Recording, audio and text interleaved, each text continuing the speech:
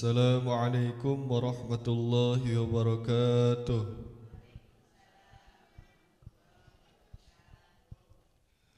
A'udzu billahi minasy syaithanir rajim. Bismillahirrahmanirrahim.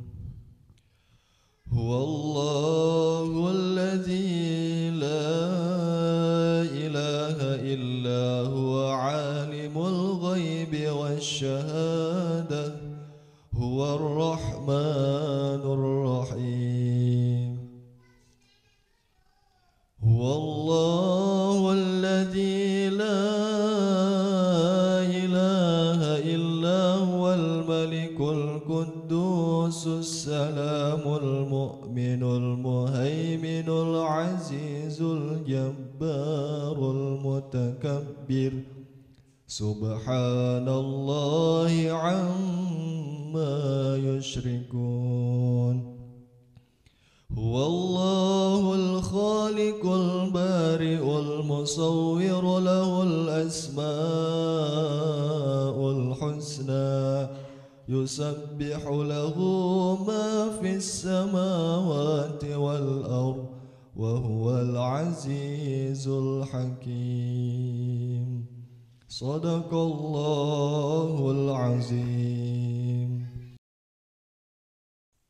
Bismillahirrahmanirrahim. Assalamualaikum warahmatullahi wabarakatuh. Alhamdulillah para jamaah dan pemirsa Sinpo TV di rumah, ngobrol perkara ilmu atau ngopi yuk. Kembali lagi tentunya bersama saya Andi Rezaldi dan Ustadz Haris. Ngopi yuk.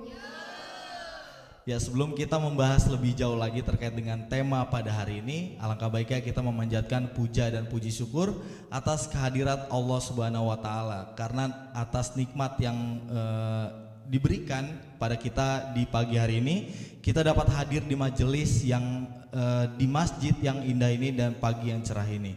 Dan tentunya tak lupa kita panjatkan sholawat serta salam kepada Nabi besar Muhammad SAW, karena semoga kita di hari kiamat kelak nanti mendapatkan syafaatnya. Amin amin ya robbal alamin. Ibu-ibu apa kabar? Alhamdulillah, semoga pada sehat Bu ya. Pak Ustadz apa kabar Pak Ustadz? Alhamdulillahirabbil alamin. Sehat Mas Andi? Alhamdulillah Pak Ustadz. Pak Ustadz, di Ngopi Yuk di tema atau edisi pada kali ini kita akan membahas soal arti atau makna dari Ar-Rahman dan Ar-Rahim. Yang saya tahu itu artinya yang maha pengasih dan lagi maha penyayang. Ini bisa dijelaskan Pak Ustadz secara rinci, ini implementasinya terutama di kehidupan kita seperti apa Pak Ustadz? Silakan. Baik. Assalamualaikum warahmatullahi wabarakatuh. Assalamualaikum warahmatullahi wabarakatuh. Alhamdulillahilladzi wa kafa, thumma assalatu wassalamu ala sayyidina Muhammadinil Mustafa wa ala alihi wa ashabihi ahli sidqi wal wafa. Jamaah yang dimuliakan Allah dan juga pemirsa Sinpo TV dimanapun berada, semoga kita semua selalu dibahagiakan oleh Allah Subhanahu wa ta'ala. Amin ya rabbal alamin. Tema obrolan kita pada pagi ini tentang Ar-Rahman dan Ar-Rahim. Apa ini? Makna umum yang seperti Mas Andi tadi bilang, Ar-Rahman yang maha pengasih, Ar-Rahim yang maha penyayang. Maka ketika orang membaca Bismillahirrahmanirrahim diartikan dengan menyebut nama Allah yang maha pengasih dan maha penyayang. Lalu apa makna dari sifat Ar-Rahman dan Ar-Rahim? Ini adalah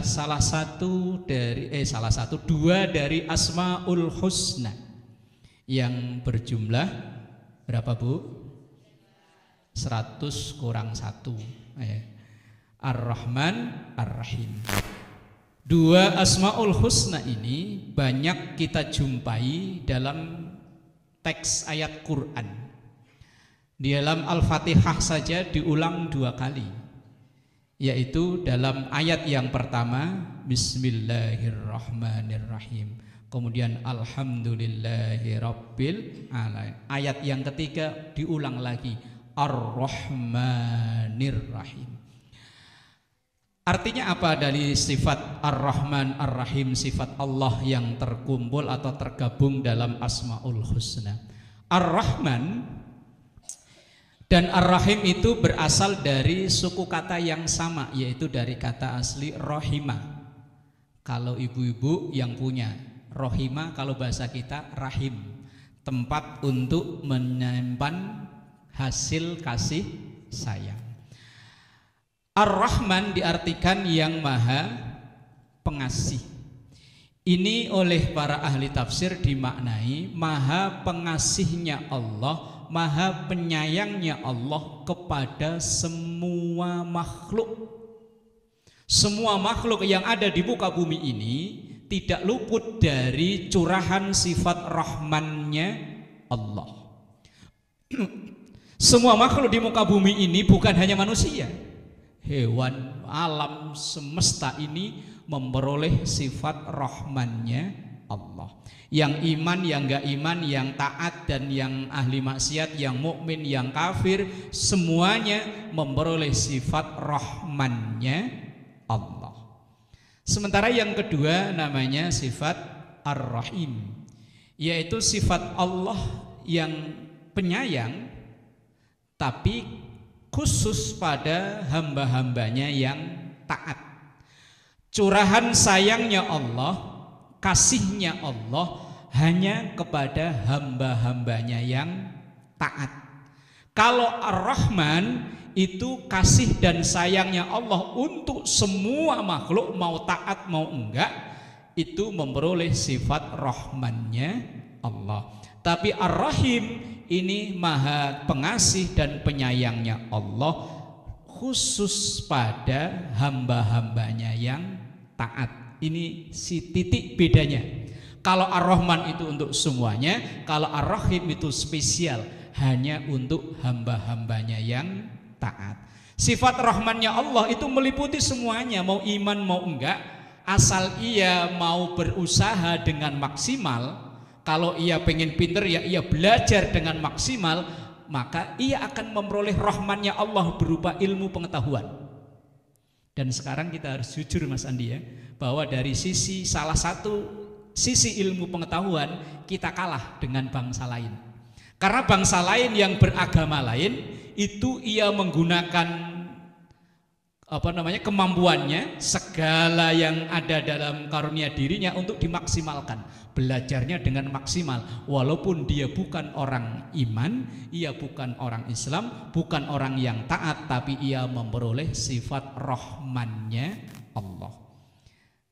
Orang yang bekerja lebih giat, walaupun dia mau agamanya apa, tentu ia akan lebih sukses dari sisi finansialnya. Karena ini sifat rahmannya Allah. Semua makhluk yang ia mengikuti hukum sunnatullah, hukum alam, kalau ia pengen banyak duit ya kerja, pengen pinter ya belajar, pengen sehat ya olahraga. Ini berlaku sifat rahmannya Allah. Nanti dilanjut Mas Andi, monggo. Terima kasih Pak Ustadz atas penjelasannya tadi terkait dengan Ar-Rahman dan Ar-Rahim. Semoga ibu-ibu di segmen awal ini sudah memahami sedikit terkait dengan Ar-Rahman dan Ar-Rahim. Tapi bagi ibu-ibu sekalian, kalau misalkan nanti ada yang mau tanya jawab, nanti usai jeda. Jadi jangan kemana-mana, tetap di ngobrol perkara ilmu. Ngopi yuk.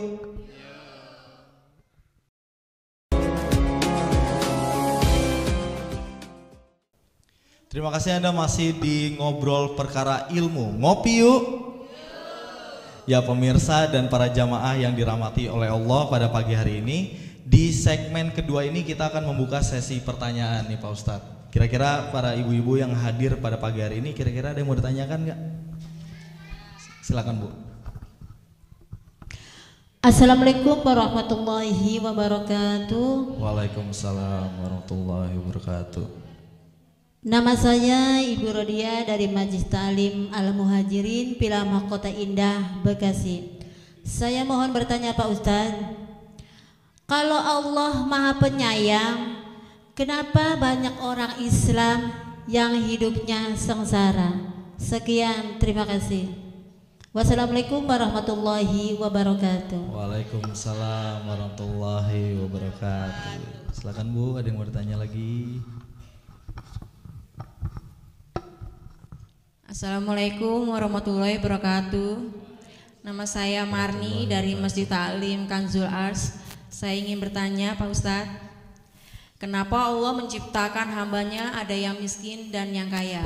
Sekian dan terima kasih. Wassalamualaikum warahmatullahi wabarakatuh. Waalaikumsalam warahmatullahi wabarakatuh. Ini agak lucu ya Pak Ustadz ya pertanyaannya ya. Tapi memang itu yang menjadi pertanyaan kita semua Pak Ustadz. Kalau kita memperhatikan di lini kehidupan ini ya.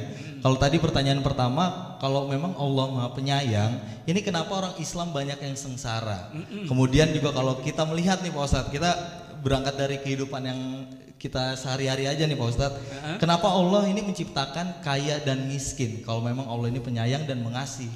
Silakan Pak Ustadz. Baik, katanya Allah Maha Pengasih, Maha Penyayang. Lah kenapa umat manusia yang taat ibadah kok malah hidupnya sengsara? Gimana itu? Lah ya. Kalau memang Allah Maha Pengasih, Maha Penyayang, kenapa orang-orang yang hidupnya taat pada Allah kok malah dalam tanda kutip kayaknya sengsara? Apa benar begitu? Jamaah yang dimuliakan Allah, hidup ini adalah ujian. Mau ia bahagia secara zahir atau tidak, itu adalah ujian. Bagaimana kurang taatnya seorang Nabi Allah Ayub alaihi salam.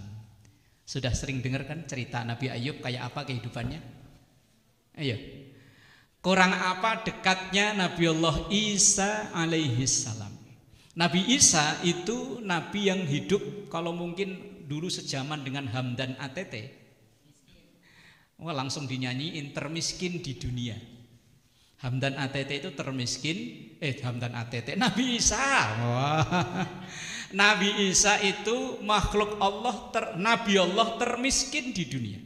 Enggak punya rumah, enggak punya tempat tinggal, enggak punya istri, enggak punya anak. Kalau sejaman nama orang langsung dinyanyiin itu langit sebagai itu Nabi Isa. Nabi Allah Ayub yang dulunya kaya raya. Biasa orang kaya bininya lebih dari satu. Makanya kalau syarat pengen jadi orang kaya, bininya tetap satu. Tetap satu. Nabi Allah Ayub itu orang kaya raya. Istrinya 3, peternakan kekayaan pertaniannya di mana-mana, anak 13. Tapi diuji oleh Allah semuanya habis. Dalam pandangan kita orang awam, kayaknya Nabi Allah Ayub itu hidupnya sengsara. Nabi Isa dalam pandangan orang awam kayaknya hidupnya tapi bagi mereka yang menjalani apakah sengsara beneran? Wallahu a'lam. Bahagia dan sengsara itu kan adanya di sini. Banyak orang yang tidur di kamar AC, spring bed harga mahal, tapi ternyata nggak bisa tidur.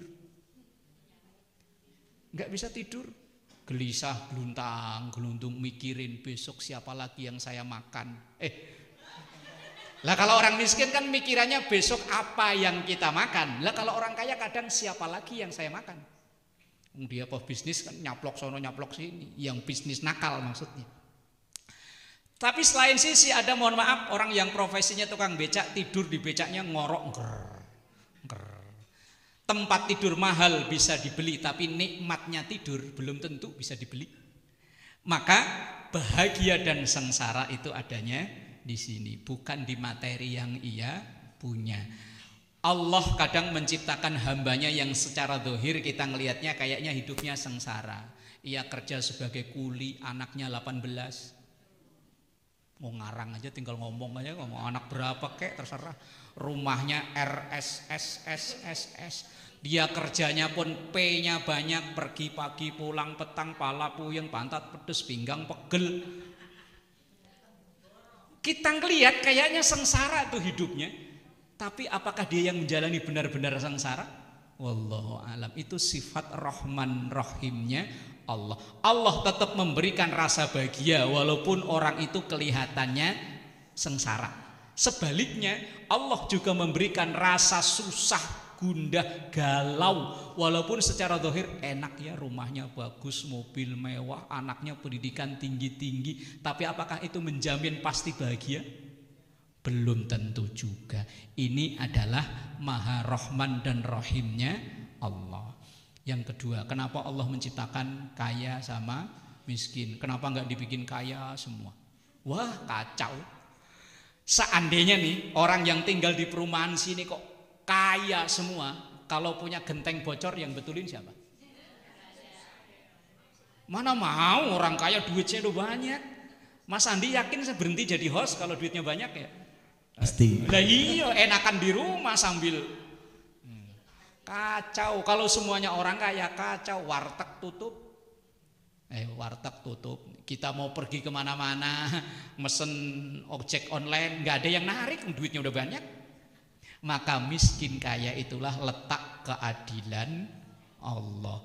Orang miskin dibutuhkan orang kaya, sebaliknya orang kaya juga dibutuhkan orang miskin. Seandainya nih ada yang pinter, ada yang bodoh. Lah kok pinter semua? Ustadz pensiun, guru dosen semuanya pensiun, terlahir langsung pinter, sekolahan tutup, pondok pesantren, kampus-kampus tutup, begitu lahir langsung pinter.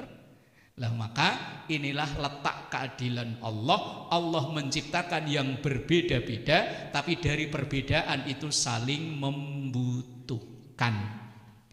Nggak bisa kita hidup sendirian memenuhi kebutuhan sendiri, nggak bisa. Walaupun konon ia orang kuat, dari sisi finansial kuat, dari sisi pengaruh jabatan kuat, tapi tetap ia kemana-mana butuh sopir. Apakah dia mau nyetir sendiri? Mobilnya kotor, apakah dia cuci sendiri? Enggak.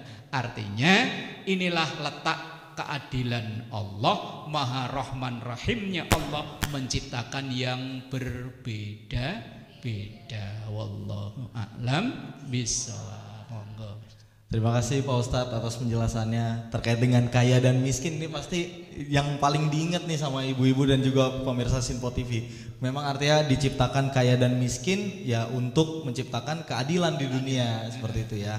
Dan baik pemirsa, untuk itu kita akan membahas lebih mendalam lagi terkait dengan tema kita pada pagi hari ini. Jadi jangan kemana-mana, tetap di Ngobrol Perkara Ilmu. Ngopi yuk.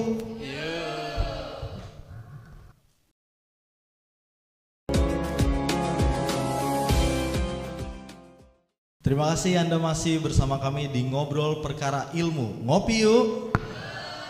Ya Pak Ustadz, dari segmen 1 ini pembahasan sudah sebenarnya cukup jelas Pak Ustadz. Terlebih tadi sudah ditanyakan juga oleh para majelis yang hadir pada pagi hari ini. Namun bisa disimpulkan nggak Pak Ustadz dari penjelasan Pak Ustadz di segmen 1 dan segmen 2? Silakan Pak Ustadz. Baik, jamaah yang dimuliakan Allah dan pemirsa Sinpo TV dimanapun Anda berada, bahwa sifat Allah Rahman dan Rahim adalah sifat maha pengasih dan penyayangnya Allah.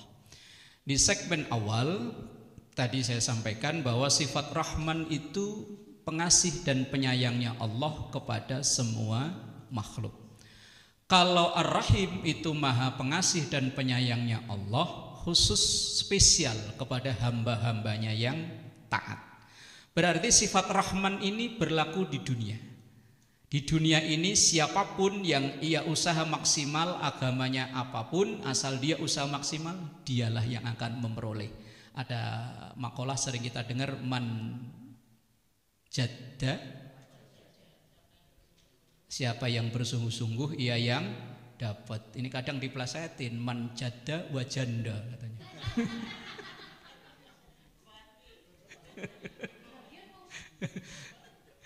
Man jadda wajada, siapa yang sungguh-sungguh ia yang dapat, agamanya apapun. Ya, apa yang ia cita-citakan, pengen pinter ya ia belajar. Agamanya apapun, dia yang belajar maksimal, dia yang akan pinter. Pengen kaya, ya dia yang usaha maksimal, kerja dengan maksimal, dia yang dapat. Ini sifat rahmannya Allah. Tapi sifat rahim Allah hanya berlaku di akhirat, dispesialkan untuk hamba-hambanya yang taat. Makanya kadang ada yang bertanya, lah itu orang ahli maksiat kok rezekinya bagus? Orang nggak pernah ibadah, hidupnya sehat. Lah itu malah yang rajin ibadah kok penyakitan mulu. Batuk belum sembuh ganti, pilek belum sembuh, pala puyeng belum sembuh, pinggang pegel, ada aja penyakitnya. Lah itu adalah sifat rahmannya Allah yang mengasihi kepada siapapun. Kadang tadi timbul pertanyaan, kenapa Allah memberi kaya, memberi miskin, dan memang dalam Al-Quran Allah sampaikan, wallahu faddala ba'dakum ala ba'din fir rizki. Dan Allah itu melebihkan antara satu dengan yang lain dalam urusan rizki. Bukan berarti Allah enggak sayang, bukan berarti Allah enggak kasih, bukan. Allah maha pengasih, tapi Allah maha tahu ukuran kita seperti apa. Logikanya begini, Bu. Kita sama anak kita pasti sayang ya, kasih ya, pengasih kita sayang anak. Cuman anak kita baru kelas 4 SD minta dibeliin motor, ibu beliin enggak? Berarti apakah ibu enggak sayang? Sayang, justru kita sayang kalau anak 4 kelas SD kok dibeliin motor, walah bahaya. Apakah ketika anak kita dalam tanda kutip melakukan kenakalan, kemudian kita cubit, kita jewer, kita omelin, apakah itu pertanda enggak sayang? Sayang. Justru letak sayangnya kita itu ya anak kita tegur. Lah kita ini mungkin melakukan dalam tanda kutip sedikit kenakalan, ditegur oleh Allah di segmen atau di episode sebelumnya, mungkin doa kita belum diijabah. Oh mungkin kita lagi nakal, dicubit oleh Allah dikit kasih penyakit, cubit oleh Allah usahanya seret. Bukan berarti Allah enggak sayang, bukan berarti Allah enggak rahim. Allah sayang kepada kita semua, tetapi tadi sayangnya Allah bisa ditunjukkan seperti kita ngomelin anak. Sayangnya Allah bisa dilihat seperti kita menunda permintaan anak. Justru kalau anak kita nakal, kita antepin, kita diemin, itu malah bukan sayang. Kita kalau melihat anak orang ngapain, bodo amat, bukan anak saya, berarti kan enggak sayang. Kalau sayang kita tegur kalau itu memang melakukan kesalahan. Wallahu a'lam bishawab. Monggo Mas Andi. Terima kasih Pak Ustadz atas kesimpulan yang sudah diberikan pada pagi hari ini. Artinya memang sudah dijelaskan terkait dengan Ar-Rahman dan Ar-Rahim. Semoga pemirsa Simpo TV yang di rumah dan juga ibu-ibu yang hadir di majelis pada pagi hari ini semoga mendapatkan hikmah dan manfaatnya pada pagi hari ini. Dan Pak Ustadz semoga sehat selalu, semoga amin, kita amin. Bisa bertemu lagi di ngopi selanjutnya. Ibu-ibu juga semoga sehat selalu, semoga kita dipertemukan di ngopi-ngopi berikutnya. Ya pemirsa, saya Andi Rezaldi mewakili segenap kru yang bertugas pada hari ini pamit undur diri. Wassalamualaikum warahmatullahi wabarakatuh. Astaghfirullahaladzim lakal ma'bud ya dzal jalali wal ikram. Bismillahirrahmanirrahim. Allahumma ij'al jam'ana hadza jam'an marhuma wa tafarruqana min ba'dihi tafarruqan ma'suma. Rabbana atina fid dunya hasanah wa fil akhirati hasanah wa qina adzabannar. Walhamdulillahi rabbil alamin. Assalamualaikum warahmatullahi wabarakatuh. Waalaikumsalam warahmatullahi wabarakatuh. Salatullah salamullah ala taha rasulillah.